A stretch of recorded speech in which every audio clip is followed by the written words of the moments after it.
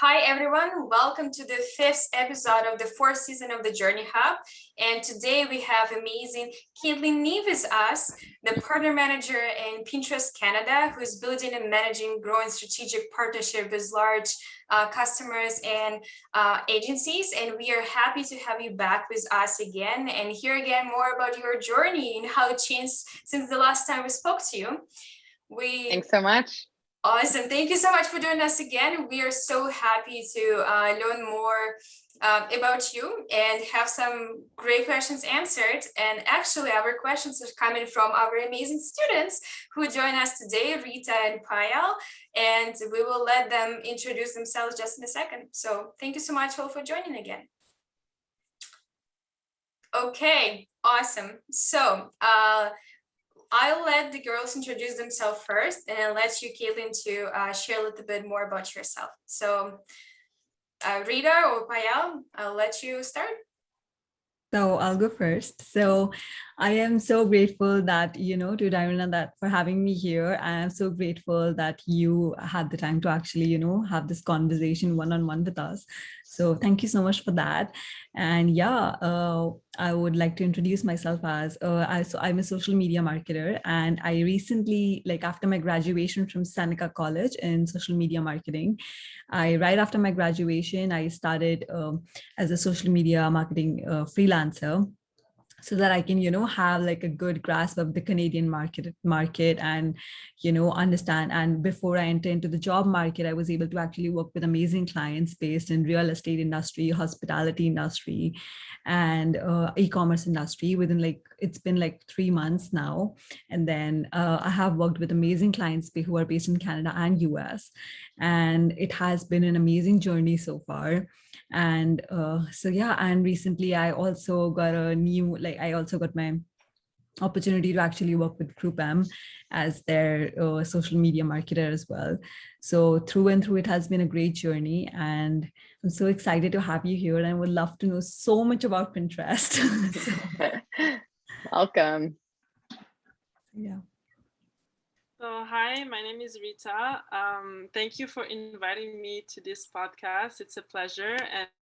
And thank you, Caitlin, for being here and answering our questions and sharing your precious knowledge with us. So last year I graduated with a bachelor degree in communication, and I found a job as an e-commerce coordinator at a Shop Here program. So we help small businesses have an online platform. We build websites through Square and Shopify, and then we also advise them on marketing strategies as well. The journey has been amazing with them, and I'm looking to go further with my career and grow with my next opportunity more in the digital marketing aspect. So I can start with the first question. So can you tell us a little bit more about your career path and how you got started at Pinterest? Awesome. Great to meet you both. Thank you for the introductions. I can definitely start from the beginning and introduce myself as well. My name is Caitlin Neve. As mentioned, I am currently a partner manager at Pinterest. I've been with the team for almost 5 months now, so still relatively new.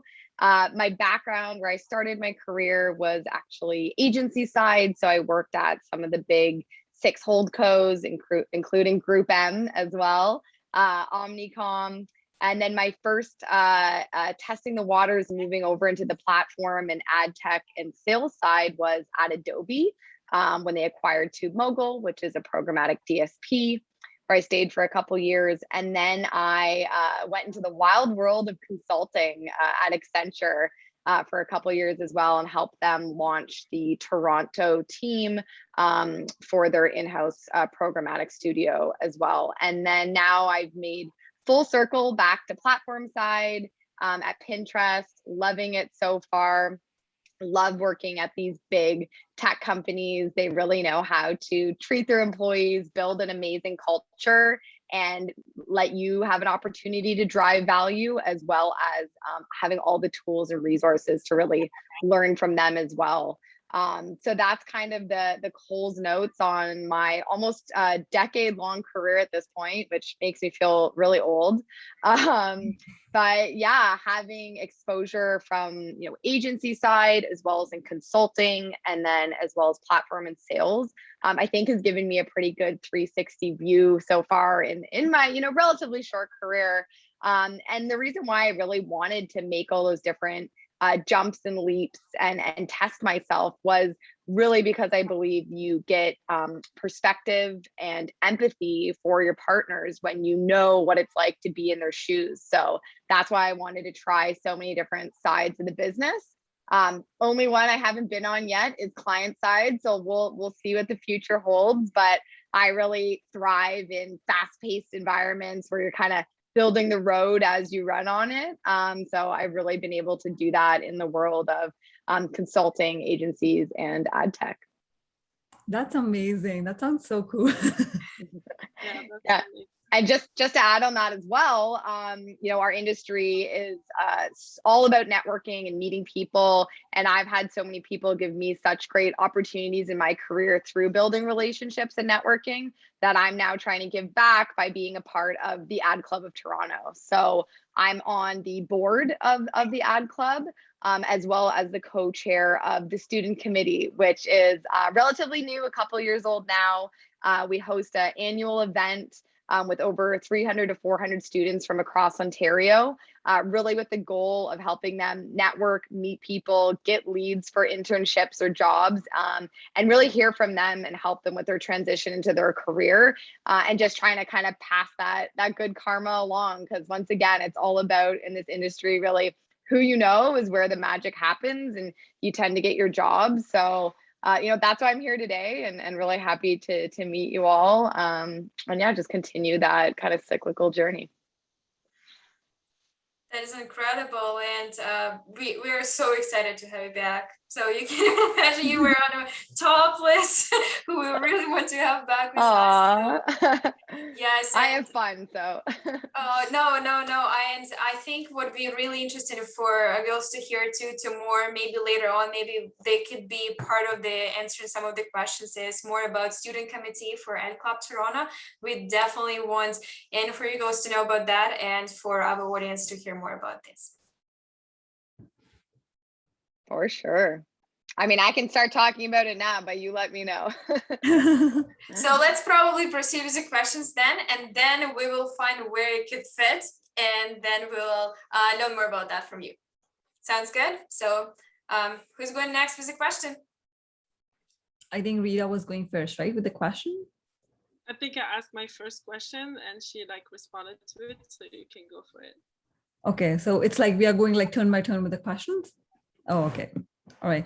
So I just wanted to, I have been doing marketing, social media marketing, specifically on Instagram and Facebook, and I do a few carousels on Pinterest as well.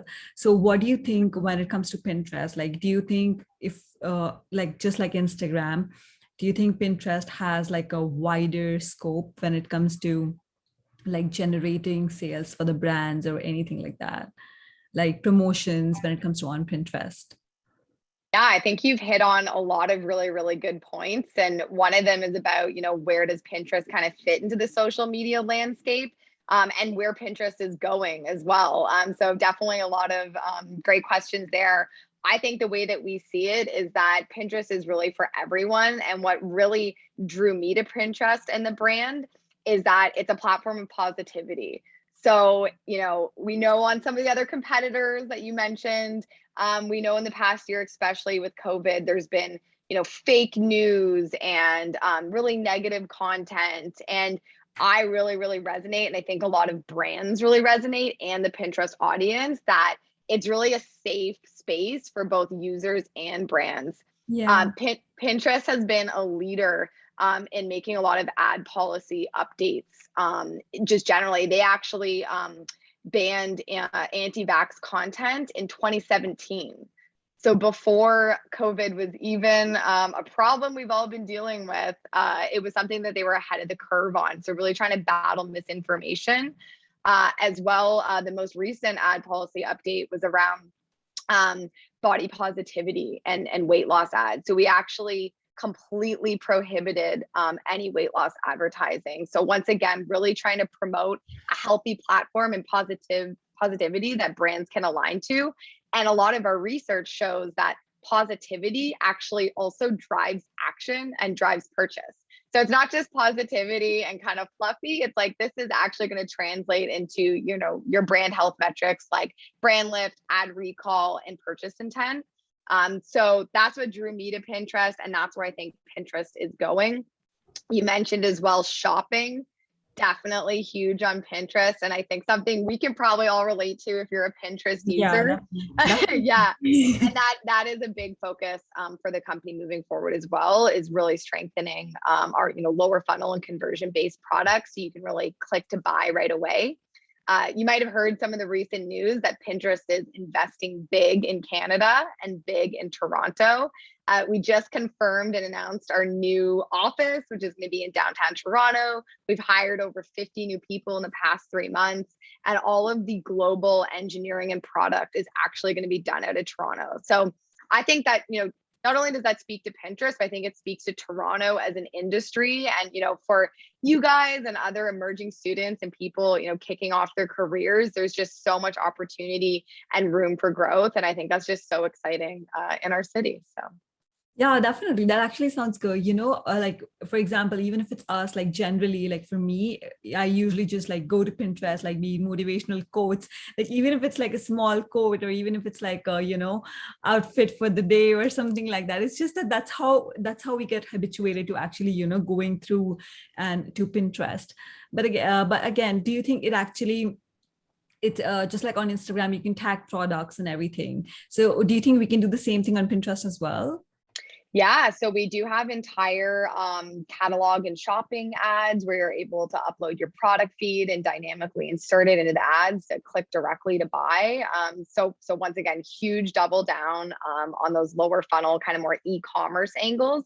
But we're also going for non-endemic brands as well. And that's actually a lot of what I do at Pinterest. So we know, you know, the clothing retailers and the grocers, a lot of them are, you know, already live. And what we're really now trying to spread the word on and promote is that Pinterest is for other brands as well that aren't endemic to the platform, because we're seeing huge growth in Canada and as well as in emerging audiences like Gen Z and like men, which is actually our fastest growing segment at 40% year over year. So we're really trying to position Pinterest as that awareness driving platform and to have people think about it first. I know a lot of the time, to your point, you might always have Facebook on your campaign or your plan first. It's just kind of table stakes. And we're really trying to challenge that narrative and kind of show some of the reach and overlap analysis we have for how you can reach that same audience and drive the same results on Pinterest. That sounds amazing. Thank you so much for that. Can I quickly jump in and ask a question too? Yeah. So yeah, I promise. Sorry, I promise. Go off script. So for those who are trying to run Pinterest, and again, it usually just goes by default that when you're trying to get already in digital marketing, social media marketing, you need to start with a Facebook, Instagram, and social media like that. But we still want to run like Pinterest, and I'm a social media manager. Like it's important for me too, because I'll be managing new clients' accounts, and I want to make sure that we are promoting them in the best way. So for a recent student or graduate, or even a young professional who just started in the industry, what would you recommend for getting to know Pinterest even better and being able to kind of provide value more to the clients or to the company you work at? Yeah, no, great question. And I'm gonna take a step back and be a bit more general. I don't want this to be a Pinterest sales session, so I'll kind of speak more about my more 360 experience and what I think would be more applicable. And I think that's where your question is kind of going as well, is what skills and tools can you build up in your toolkit that you can take to any job and will be really transferable? And I think you've hit the nail on the head, is once you learn a platform, whether it's Facebook, whether it's Pinterest, whether it's Google Ads, DV360, they all are kind of the same at the end of the day. You know, it's the same sort of UI, it's the same, you know, user experience, it's the same interface. So I think getting those basics and those foundational platforms like the Googles and the Facebooks are definitely important, but there are a lot more out there. Amazon, the Trade Desk in the programmatic space. So I think having experience in platform, especially early on in your career, is really important because that's where there is a lot of jobs and a lot of demand. And you can really set yourself apart when you have, certifications for those different platforms, or even be able to just sell yourself an interview and say, I may not have experience in Amazon, but I have experience in Google, and I can have those transferable skills because I know how to, plan a campaign, do campaign management, make optimizations, pull reports and analyze data and be able to pull out insights. Those are some of those transferable skills that it doesn't matter what platform you're in. It's being able to, look at data, look at campaign activity and be able to identify where optimization levers are, because at the end of the day, they're still human campaign managers because the algorithms still don't get it right 100% of the time. We have them optimizing the campaigns, but there's a reason why we still all have jobs, which is great, is that you still need that human touch to be able to use a critical mind and really problem solve with the data that you have. And I think that's what will really set you apart as well. Thank you so much. Great answer to my question. Thank you so much.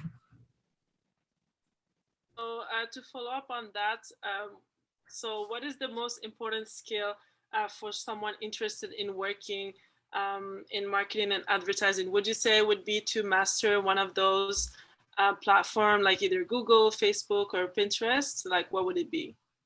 Yeah, great question. And I definitely touched on it a little bit in my previous answer, but I think there is those two different tracks. One is the very hard technical skills and tools that you could put on a resume that says, I know how to use, Google Ads. I know how to use Pinterest or Facebook. And the other are the more soft skills, which I think are equally as important, but are harder to quantify. But once again, I think that's what really sets apart, an average contributor to a really outstanding contributor. So some of those would be what I just mentioned as well, which is really around the critical thinking and the problem solving. And taking a data set, taking campaign and being able to have that critical lens and make insights and make recommendations to your client and really drive the success and performance. And then also being able to translate data, like data literacy, being able to translate it into easy to digest and understandable stories, because that is kind of where we get into the communication piece. So being able to have good client service and good communication skills is also going to set you apart, and being able to take complicated concepts and, the nitty gritty that you might work on in platform every day and explain that to, higher level stakeholders, because not everyone has that platform experience. So if you can take data and make it into an interesting, compelling story with great visuals, we all love our Excel, but you got to be good in the PowerPoint too. And that's what I really have fun with and love doing is, taking those insights and that data and making a story and just getting people, excited about it and get nerdy with it. That's awesome. Thank you. So I'll go with a quick question. So when it comes to for example, if I were to get a job at Pinterest, if I were to apply, since it's going to be huge in Canada now. So if I were to get a job at Pinterest, what are the specific skills or qualifications you expect from a, person who is working at Pinterest? Yeah. So I think trying to go into any, entry-level job, whether it's the first job or it's even your second job, you've been in, a coordinator role for a year or you've had an internship.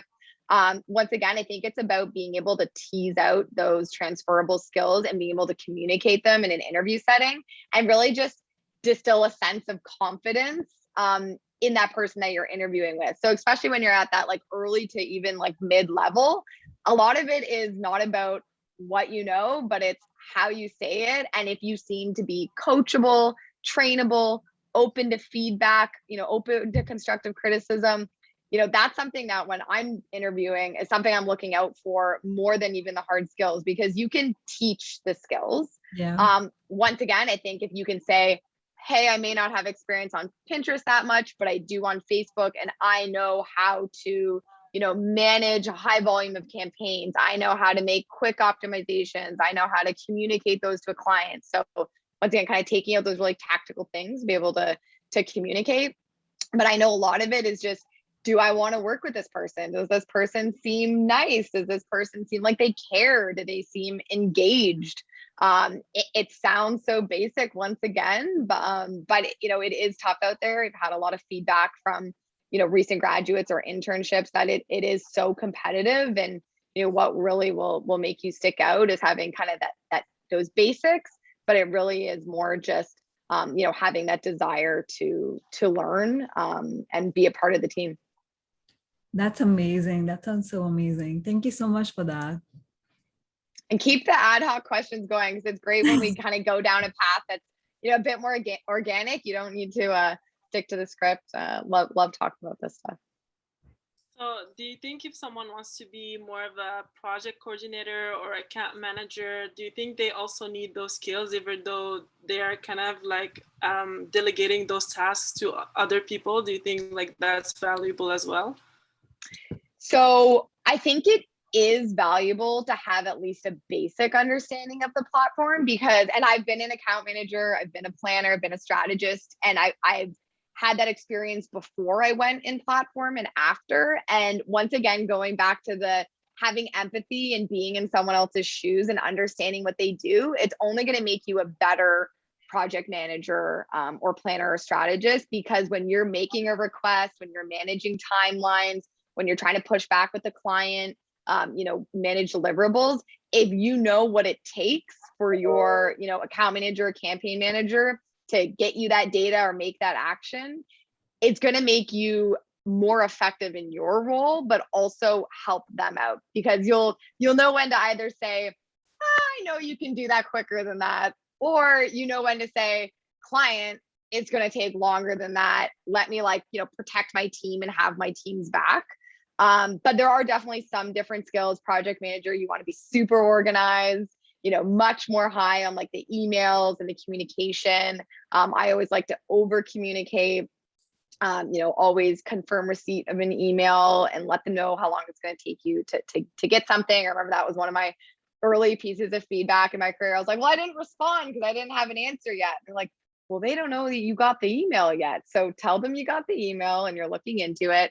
And it's, once again, it seems so basic, but it's those little things that really set you apart. And I really believe in good client service. I want to make our clients happy. That's what it's about at the end of the day. So there's also certifications for project managers as well that you can get, or even, you know, the power of YouTube and online these days. There's a lot of courses that you can even do if you don't have the money or the funds to pay for something more extensive. You can say, I watched this series or I did this free course, and it all will help at the end of the day. And I just wanted to jump in quickly. I just want to say that we had a conversation with Yuli Shumsky, and he's a associate vice president in Canadian Tire. So he actually gave you a really cool advice. He said, so when you're just starting out, and for example, you want to go in digital, for example, and you want to learn more about Pinterest, and you have an interview in Pinterest Canada, so because they're hiring right now.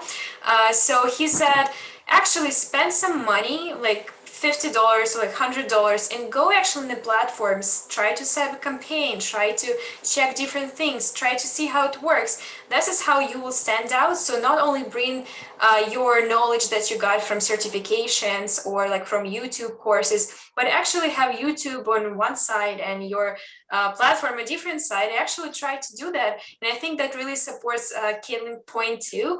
So that's how you could stand out. And when you get in a job, I think, yeah, even right now, like I feel like it's really important to be open to, if you're getting into the job that potentially you don't want to do right now. I think Caitlin would agree that you always have an opportunity to try maybe different things, maybe not every day, but you can still learn and then see how you can transfer those skills like from one job to another where you want to go to the long term. I love that. That's amazing advice. And I think, once again, that's the power of digital these days, is that the platforms are available for you to log on to and play around with. So, and I love also that story really shows just being hungry and engaged, right? So like, that's one example of it, but it's just showing that interviewer, and that's what's going to make you stand out, that you're not just kind of leaning back and waiting for it to come to you. You have all these tools at your fingertips and you're using them, because that's what you need in the job as well. A lot of it is problem solving. You know, people aren't always going to be there to like show you how to do it, especially agency side. Things move so quickly. You like, I remember I would be like Googling things in your first job, you know, and just trying to figure it out. But that's what people appreciate, because everyone's busy. So, you know, figure it out and problem solve. Love that. Yeah, I personally would like so much relate with that, because when I graduated, after like just after my graduation, like I was like every other student who graduates, I was just looking after jobs after jobs.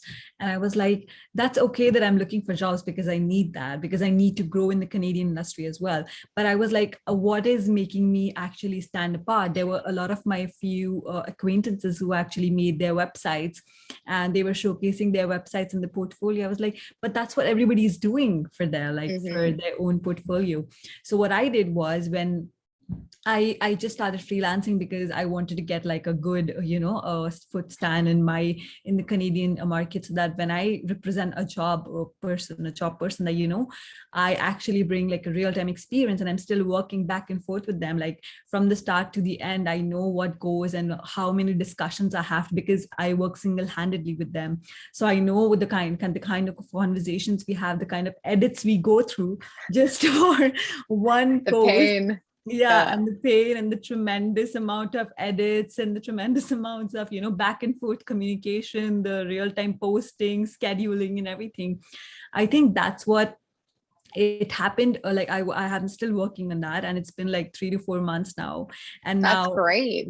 and now, Yeah. you know, actually and having the experience in like different industries, it actually makes me think that, you know, I could make this potentially full time, but I just need, like right now, since I'm focusing on the job and both of the aspects, and it has actually taught me so much to actually deal with people and everything more calmly, and be, you know, in a better situation, and, you know, just be, you know, like you can give your opinions out to your clients, but at the end of the day, they also understand that, you know what, we have to understand what they want as well, because we have to somewhere bridge the gap between that. So had it been like 4 months before, it would have been like a difficult for me, because I was a fresh graduate. But now I'm like, okay, we have to have a same settlement, because all at the end of the day, if we can sleep nicely, if they are sleeping nicely. So I think that I would personally like relate to that so much. So yeah. No, that's amazing. It shows huge initiative, and once again, it'll set you apart. Or you can keep going and, you know, you Yeah. forge a little entrepreneurial business for yourself. Yeah, that's true. And I think we have this Clubhouse app as well, which is like super, it's a huge thing for networking. Like, oh my God, I have got a lot of people, I have got amazing people to connect with through Clubhouse. And they all have, like, most of them are based in like, and they are like full-time entrepreneurs in marketing, and they're working with huge clients in US. And I think Clubhouse is something right now which is going so big because of the networking and everything. And when it comes to Pinterest, it's going so much forward with carousel posts and videos and so much more. So I think everybody has like a wide range of social media platforms today in their hand, and everybody can be digital and just, you know, use the platform and the potential that it brings to everyone. Well, to your point, you know, the industry and it moves so quickly. So there's always opportunity, and there is room for freelancers. And to your point, you know more in 4 months than you knew 4 months before that, because that's how quickly you learn, especially when you just dive in. And there's always new platforms, Clubhouse, TikTok, and always something new to learn. So you can kind of be that expert. And I think what's great about, you know, the younger generation too, is that these are our platforms. We're digital natives. So it's so great that I think we really become trusted advisors as both users and in our jobs, because we know it. That's so true. Listen, sorry, can I quickly again jump in? I just want to say that we'll have 6 minutes, so probably we'll have 1 or 1.5 questions. Depends on the Goes time. by so quick. Oh my God. I know. I know it doesn't feel like, even though it's after 5 today, but no, thank you so much for this so far. And yes, when I show you 1 minute, it means that it's 1 minute, because usually we finish our podcast 10 seconds before the time goes off. So Rita, proceed with your question. So, what do you think is the main challenge right now that the industry of digital marketing is facing?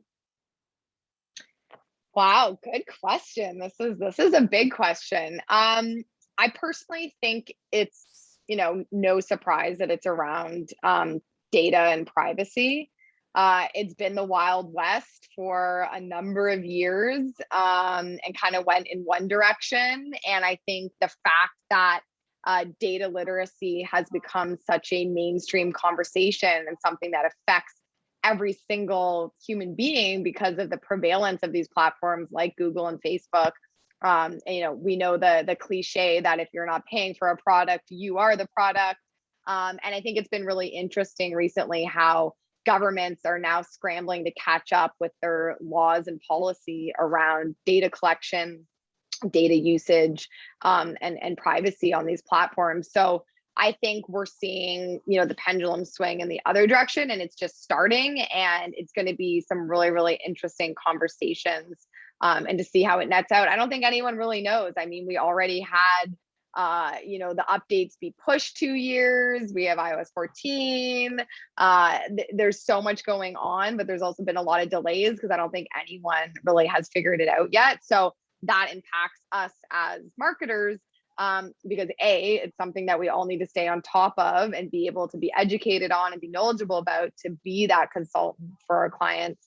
But it also impacts us more tactically with, the actual campaigns we're running and the data we can use and the targeting that we have. And it's something we definitely encounter at Pinterest, because we are so ahead of the curve with a lot of these policy updates and have really, really strict content and brand guidelines. So it's something we're navigating all the time, with things being rejected, which can be frustrating in your day-to-day job, but it's for a greater good. So I think definitely data and privacy is kind of the biggest in the industry right now. Thank you for that answer. So I guess we got half of the question or one question left. So we have Go 3 for it. minutes, 30 seconds left. Who would like to ask a question? So I would like to quickly ask you one super quick thing. Like, when it comes to Pinterest, what do you think is the more a more profitable thing when it comes to videos, in terms of content, whether it's videos or is it carousel posts? Yeah. So, I think whenever you're activating a campaign, you need to take a step back, obviously, and look at your client's goals and objective and really drill down there. When it comes to ad formats, I think testing is the number one, rule. The more, the better. You can test static, video, carousel, different types of creative. And I think when we're moving so quickly in our day-to-day, a lot of the times that might not be available to us. So I would say test, learn, get the data to prove it out. Don't just, have a hypothesis and try to support it. Really be open-minded. I think something big, if I'll do my last Pinterest plug, since that's where you're pushing me to go, is Pinterest is doubling down on shopping. We also have our new Pinterest sort of influencers, which are called Pinterest creators, which is a whole new world that we're just beginning to explore. So stay tuned more on that. And then there's other really cool things like pin codes, where you can actually put them in real life, like at malls, outside stores, and have real Pinterest boards at different stores. So we're trying to, break the mold between online and offline, really double down on shopping. And I think, main takeaway is, keep an eye on Pinterest, keep an eye on the industry, keep reading, and educating yourself, and test and learn, and be open-minded to take your clients on that journey and to earn their trust to do it. That sounds so exciting. Thank you so much for that. Thank you so much. And yes, thank you so much. I guess that probably was our last question. So if you have one thing, probably final question. So if you have one thing that you would recommend maybe to students and new grads to do when they finish up, what that would be? So polish up your resume, be hungry, do what you both are already doing, which is getting hands-on experience where you can. Networking, it's the dreaded word. It's so vague. No one knows what it means, but everyone tells you to do it. I get reached out to on LinkedIn all the time with people asking for coffee chats. I always give my time, even if it's just 15 minutes. It makes a busy calendar, but do it. Some people say don't do it and they're not open to it. I'm open to it. And I know a lot of people in the industry who are. So reach out, meet people, network, and I hope to see everyone in the industry and in person one day soon. Thank you so much. I think this is amazing advice, and I'm sure girls would agree. So thank you so much. And Thank you. yeah, thank you so much again for joining all of us. And I hope that again we will meet at some point, maybe for a real chat. So thank you so much all for joining, and I hope we will connect soon with you. Thank you. Nice to meet you both. Yeah, nice to meet you too. Okay. Have a great day. Bye.